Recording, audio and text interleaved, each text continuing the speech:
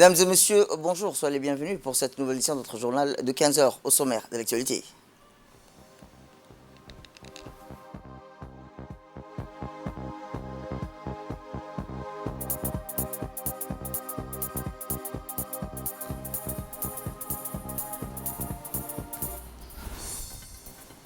Et toujours dans l'actualité nationale, célébration de la journée mondiale des réfugiés à Djibouti.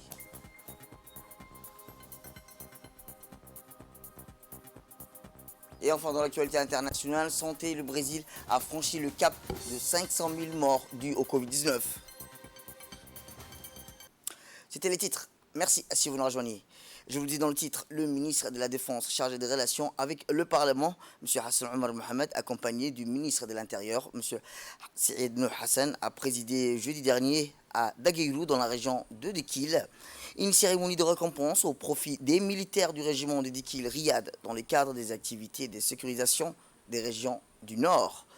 En effet, depuis presque 2 années, les hommes du régiment du Sud ont été chargés de mener une mission de ratissage continu et de normalisation dans les zones de responsabilité à la recherche des malfaiteurs ayant pour but de déstabiliser le pays par des actes malsains afin de préserver la souveraineté du pays et à la protection de nos concitoyens. Cette mission de ratissage fait partie intégrante des missions connexes du régiment de Dikil. Ainsi, à son arrivée, le ministre de la Défense chargé des relations avec le Parlement, Hassan Omar Mohamed, accompagné du ministre de l'Intérieur, Saïd Nouh Hassan, et du chef d'état-major général des armées, le général de corps d'armée, Zakaria Cheikh Ibrahim, a été accueilli par le chef de corps de Riyad, le colonel Idriss Omar Elaye. Ensemble, ils ont procédé à la revue des troupes pour rendre les honneurs. Outre le ministre de la Défense chargé des relations avec le Parlement, le chef d'état-major général des armées, la délégation militaire était accompagnée du général Tahar Ali Mohamed, le directeur de la police nationale, le colonel Abdullah Abdi Farah, et une délégation restreinte des polices supérieures, des officiers supérieurs de l'état-major général des armées. Ont également participé à cette cérémonie le préfet de la région d'Ikil, le président du conseil régional d'Ikil et les différents locaux. Toujours dans le cadre de la lutte contre le Covid-19, les gestes barrières ont été scrupuleusement respectés, à savoir lavage des mains et le port obligatoire des masques.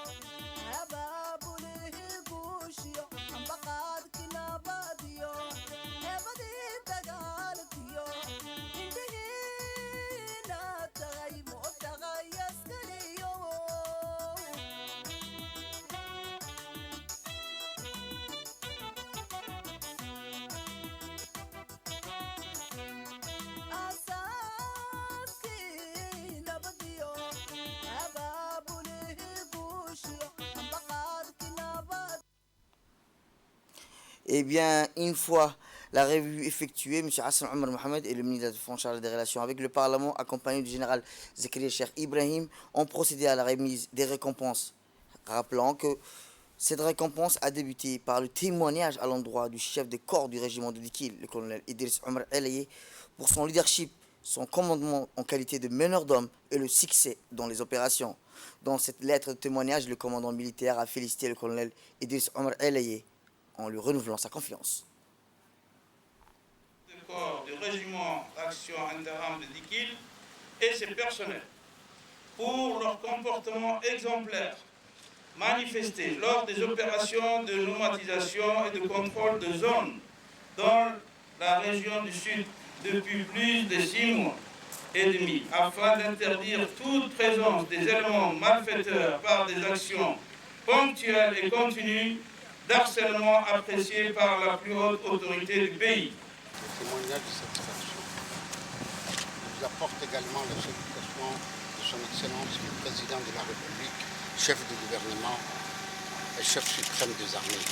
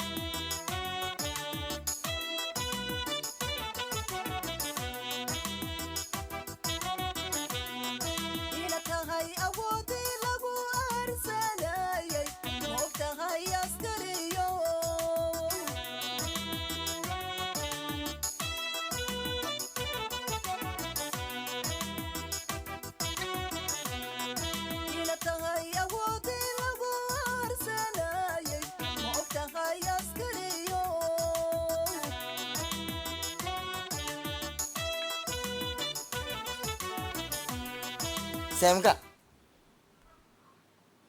Eh bien, dans son allocution, le CMGA, à l'occasion du 44e anniversaire de la création de notre armée, a d'abord renouvelé ses chaleureuses félicitations à l'endroit des militaires du régiment du Riyad pour leur travail remarquable, réalisé de jour comme de nuit pour défendre les intérêts suprêmes de notre pays. Écoutons-le. Les personnels du régiment entre armes de Dikil à mon commandement. Aussi,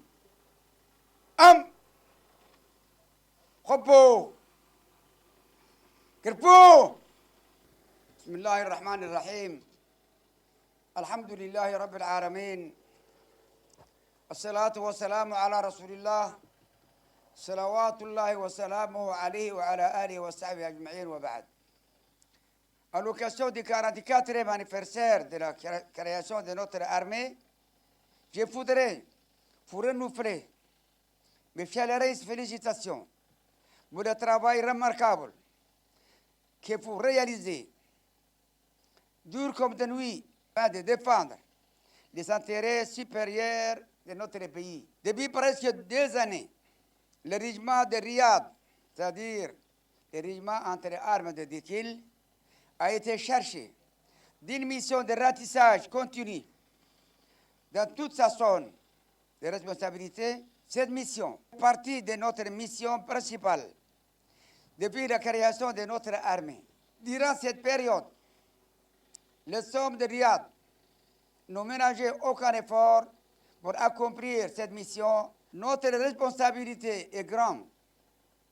C'est pourquoi il est de notre devoir de tout sacrifier pour garantir l'intégralité territoriale de notre pays. À ce titre, je voudrais vous exprimer toute ma gratitude en vous encourageant à garder haut le moral et honorer l'image de votre régiment. Cependant, votre régiment sera bientôt soulagé pour surmonter les difficultés en effectif et en mobilité avec l'arrivée des véhicules oraux afin d'améliorer sa capacité opérationnelle. Aussi, dans le cadre de l'amélioration des conditions de vie de nos troupes, sur directive du président de la République et avec le soutien de notre ministre de la Défense, nous sommes engagés dans un grand projet de réhabilitation de nos casernes, en commençant par celle des régions intérieures. Notre service génie bâtiment vient d'achever aussi la rénovation complète des postes de volontariés Galapi, officiers, sous-officiers militaires du rang. Notre ministre de la Défense, M. Hassan Omar Mohamed Burhan, a insisté pour venir lui-même, comme il l'a fait récemment au nord, à Asdora, afin de présider cet événement et vous remettre la récompense que vous avez amplement méritée. À ma qualité de chef d'état-major général des armées, je vous renouvelle toute ma confiance et je compte sur vous pour continuer vous acquitter de vos missions avec dévouement, quel que soit le prix des sacrifices. Je vous remercie. Eh bien, en marge de cette cérémonie remise décoration sur le terrain, le ministre de la Défense, chargé des relations avec le Parlement, M. Hassan Omar Mohamed, accompagné du ministre de l'Intérieur, Saïd Nou Hassan, et du chef d'état-major général des armées, le général de corps d'armée, Zakaria Cheikh Ibrahim, ont inauguré le camp militaire de Qalafi, situé à la frontière avec l'Éthiopie.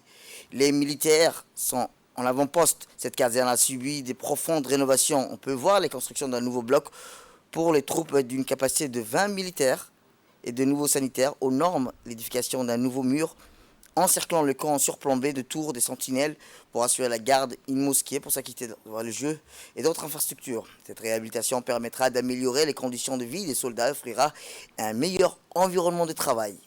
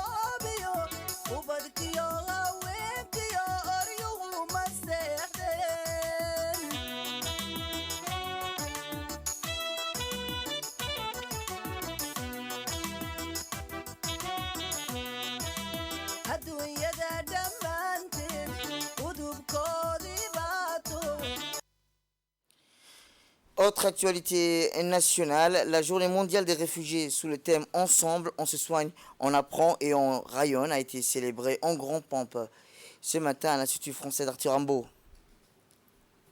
Placé sous du ministre de l'Intérieur en collaboration avec le Haut Commissariat pour les réfugiés. Une journée riche en couleurs entamée par l'hymne national et animée par des chants et des danses par l'association des petites tailles. Ensuite,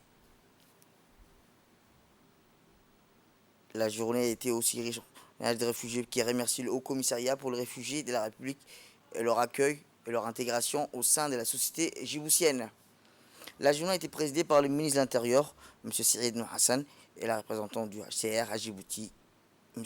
Yogondoul Sakor. La cérémonie a vu la participation massive des organisations internationales telles que Barbara Menzi du système des Nations Unies et l'ambassadeur Aidan O'Hara de l'Union européenne.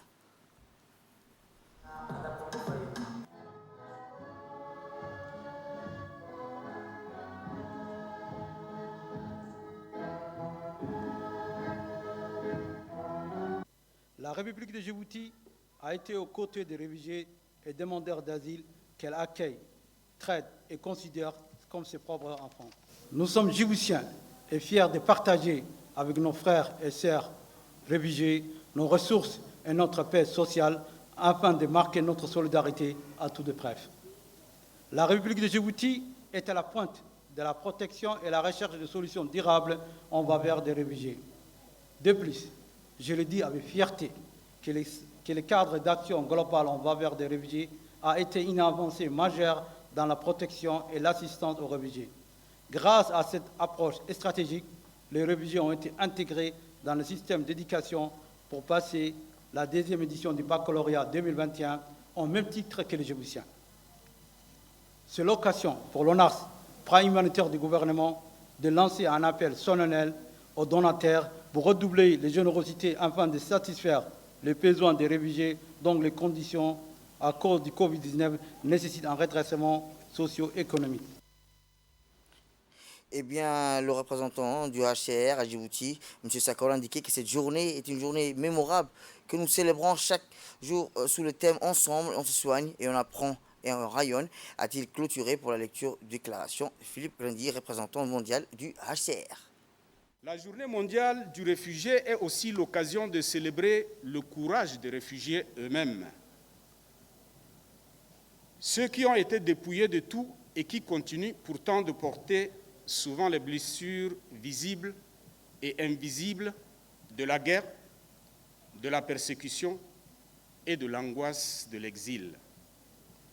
Lorsqu'ils ont eu l'occasion, les réfugiés ont couru vers les premières lignes dans la réponse à la Covid en qualité de médecins, d'infirmières, de nettoyeurs, de travailleurs humanitaires, de soignants, de commerçants, d'éducateurs et bien d'autres rôles, fournissant ainsi des services essentiels dans la lutte contre le virus.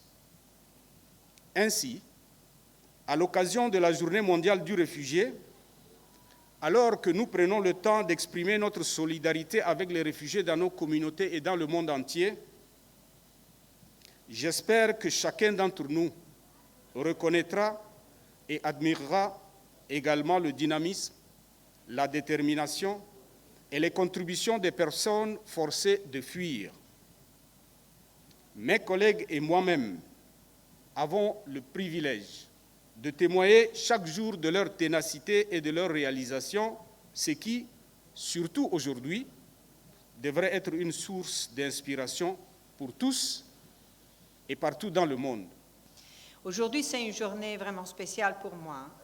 Les réfugiés sont des personnes qui ont très souffert, sont des personnes qui sont nos frères et sœurs, et on est ensemble avec la République de Djibouti, qui a été toujours très généreuse.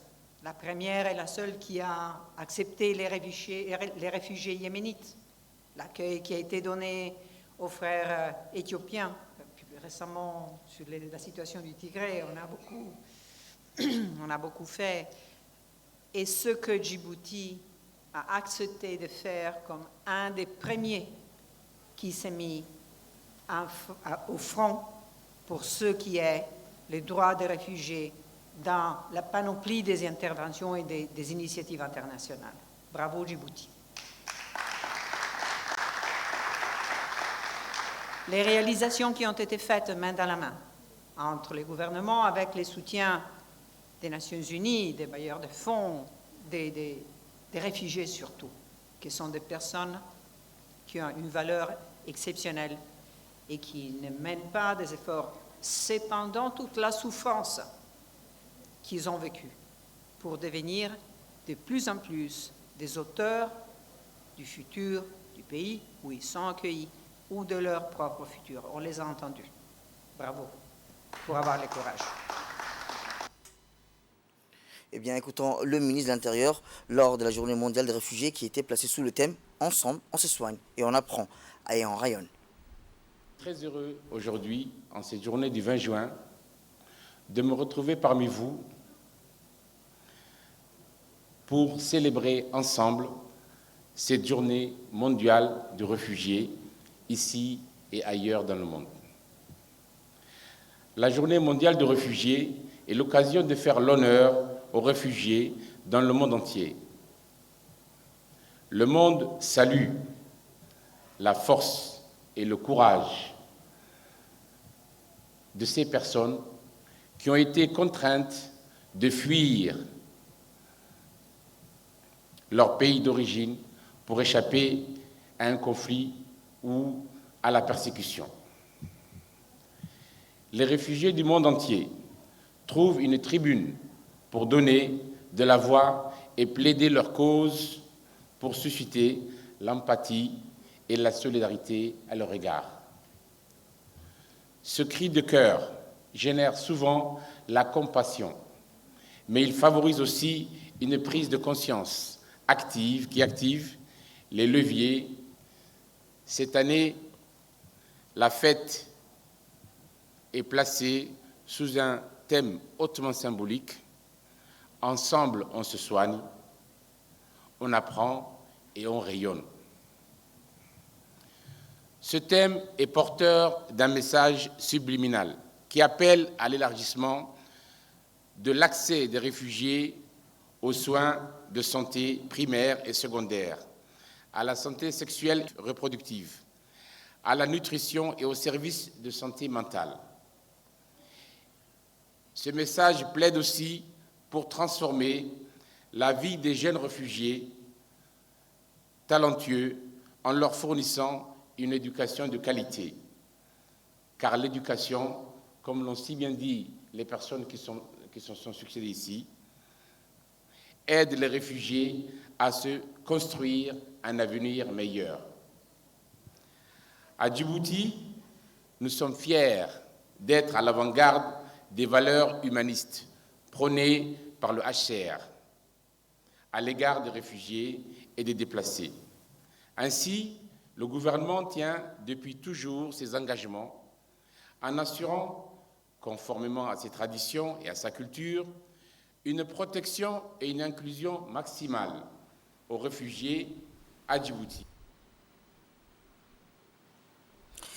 Autre actualité nationale, le ministre de la Santé, Dr Ahmed Roble Abdillah, a reçu ce matin la chargée du bureau du FUNIAB, Mme Aïcha Ibrahim Jama, et son équipe pour discuter de la mise en œuvre du plan commun annuel entre le ministère et l'institution onusienne. Les discussions ont porté sur l'intensification de la collaboration bipartie, notamment dans le domaine de la promotion de santé mère et enfant, qui demeure une priorité essentielle du ministère de la Santé.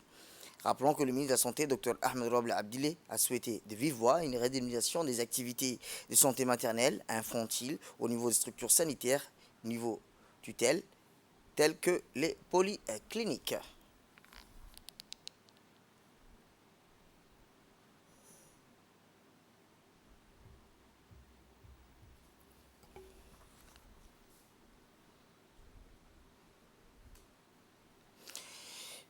Autre actualité dans ce cas, c'est aussi la ministre de la Femme et de la Famille, Mme Mouna Ousmane Aden, et le ministre du Commerce, M. Mohamed Ouassama Diriye, ont conjointement présidé aujourd'hui au siège de l'UNFD une cérémonie de remise d'importants lots de matériel d'équipement de couture acquis par l'UNFD. Cette action s'inscrit dans le cadre d'un partenariat établi entre l'UNFD et cadre intégré renforcé du CIR.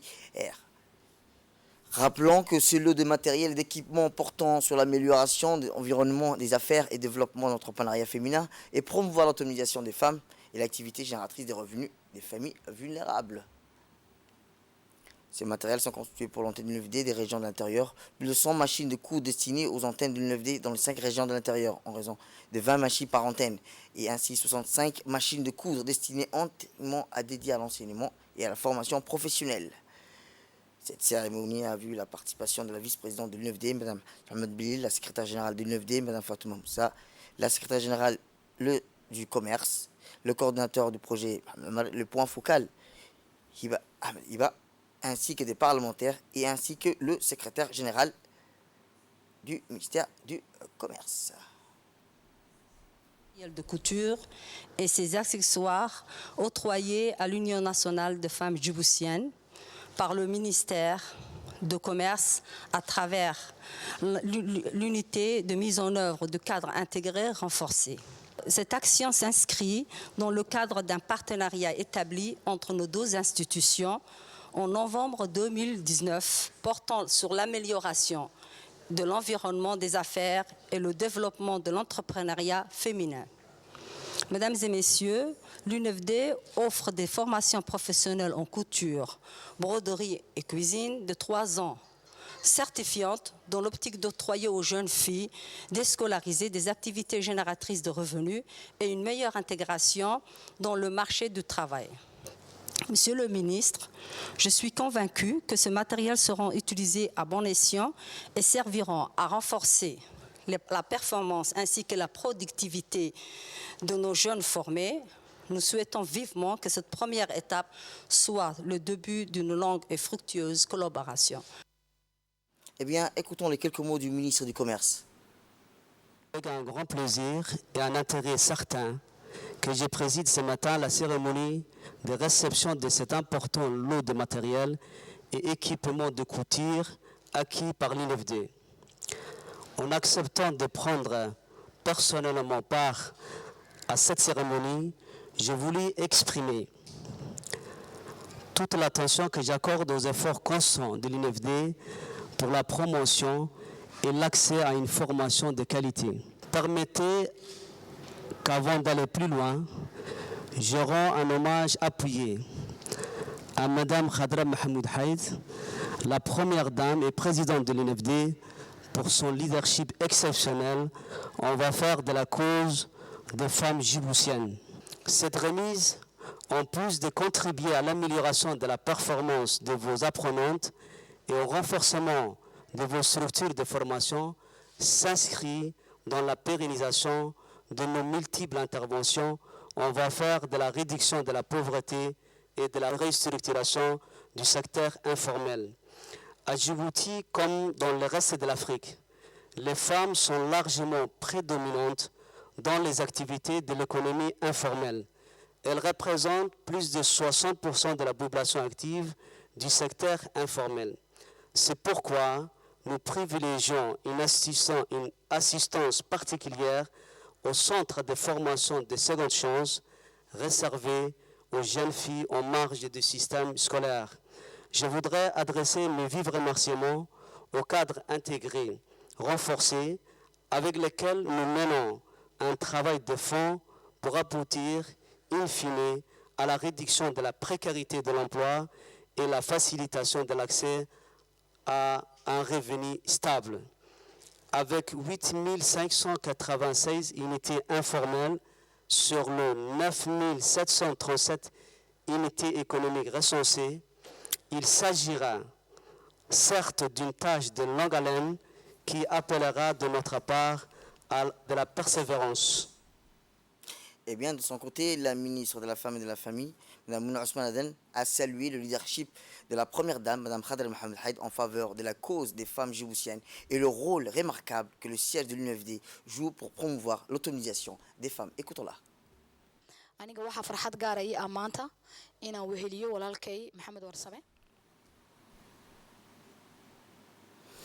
Tout à fait autre chose, la ministre des Affaires sociales et de la Solidarité, Mme Houloufa Ismaël Abdou, a reçu dans la matinée d'aujourd'hui, dans son cabinet, Mme Barbara Menzi, coordinatrice du système des Nations Unies. Cette cérémonie a vu la présence de la secrétaire générale, Mme Ifrah Ali Ahmed, du directeur de l'ADS, M. Mahdi Mohamed Jama, et de ses proches collaborateurs du ministère.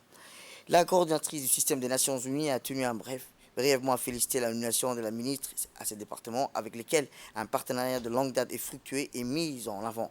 Par ailleurs, la coordinatrice n'a pas manqué d'apprécier les équipes du ministère satisfaits de leur professionnalisme, les soutenant à œuvrer davantage pour les plus vulnérables. Eh bien, au cours de cette entrevue, la ministre a tenu vouloir mettre en exergue les défis et les orientations qui comptait entreprendre son ministère, mettant en avant ainsi les éléments de partenariat entre les agences onusiennes et le gouvernement djiboutien. Il est également discuté d'une cartographie des programmes des projets pour assurer, rappelons-le, a-t-elle dit, la coordination et la cohérence action des agences des Nations Unies, menant à une harmonisation. Le ministre délégué chargé de la décentralisation, M. Qassim Haroun Ali, a présidé aujourd'hui dans la salle de conférence de Salam Center la cérémonie d'ouverture d'un atelier sur la décentralisation et ses différents composants au niveau national et au niveau local. Organisé par le programme d'appui à la décentralisation et aux initiatives locales, sous le leadership du ministère délégué chargé de la décentralisation, cette formation d'une durée de 4 jours est destinée aux représentants du ministère délégué chargé de la décentralisation, ceux du ministère sectoriel, des conseils régionaux, des préfectures, ainsi que la primature et de la présidence de la République. Cette formation a été animée par le directeur du Centre international d'études pour le développement, Christophe Mestre, et d'un élu local malien. À l'issue de 4 jours de formation, les participants devront être capables de connaître les éléments fondamentaux des différentes conceptions utilisées pour caractériser la décentralisation, connaître les dimensions fonctionnelles de la décentralisation et enfin maîtriser les différents composants du processus de la décentralisation. Eh bien, dans son allocution prononcée à cette occasion, le ministre délégué chargé de la décentralisation a rappelé que la décentralisation est un outil clé de la stratégie du moyen et à long terme de la vision Djibouti 2035, initiée par le président de la République, M. Ismaël Morguele. Écoutons-le. Cette réforme structurelle, dont la conception et la mise en œuvre incombent au département, que j'ai l'honneur de diriger, ambitionne de faire des collectivités territoriales les acteurs majeurs du développement national. C'est pourquoi je me réjouis de l'organisation de cette formation sur la décentralisation à l'intention des élus locaux, des cadres des préfectures, des ministères sectoriels qui s'inscrit dans le cadre du renforcement des capacités qui figurent parmi les priorités de la feuille de route de la mise en œuvre de la politique de décentralisation. À l'issue de ces 3 jours de formation, les participants devront être capables de connaître les éléments fondamentaux des différentes conceptions utilisées pour caractériser la décentralisation et les nuances, connaître les dimensions fonctionnelles de la décentralisation, maîtriser les différentes composantes du processus de la décentralisation ainsi que la signification de concepts liés à celle-ci. Naturellement, tout ceci requiert de votre part des efforts indispensables pour une meilleure assimilation du contenu de la formation pour chacun de vous puisse exercer ses fonctions avec une parfaite maîtrise et répondre au mieux aux attentes de la population. Je souhaite un plein succès à ce séminaire. Je déclare ouvert cette formation sur la décentralisation. Et enfin, dans l'actualité nationale, le ministère de Warf a organisé hier une cérémonie de mémorisation du Saint-Coran à la grande mosquée Salman. Le concours de mémorisation a vu la participation des 67 jeunes garçons et filles. Une cérémonie qui s'est déroulée dans une ambiance de ferveur religieuse avec la participation de nombreux ulémas djiboutiens dans le cher au pied du Conseil islamique de Djibouti. Le ministère du Warf est engagé et soutient les actions pour la promotion du Saint-Coran à l'activité hier dans le cadre de le rendre visible lors des efforts des jeunes dans la mémorisation du Coran.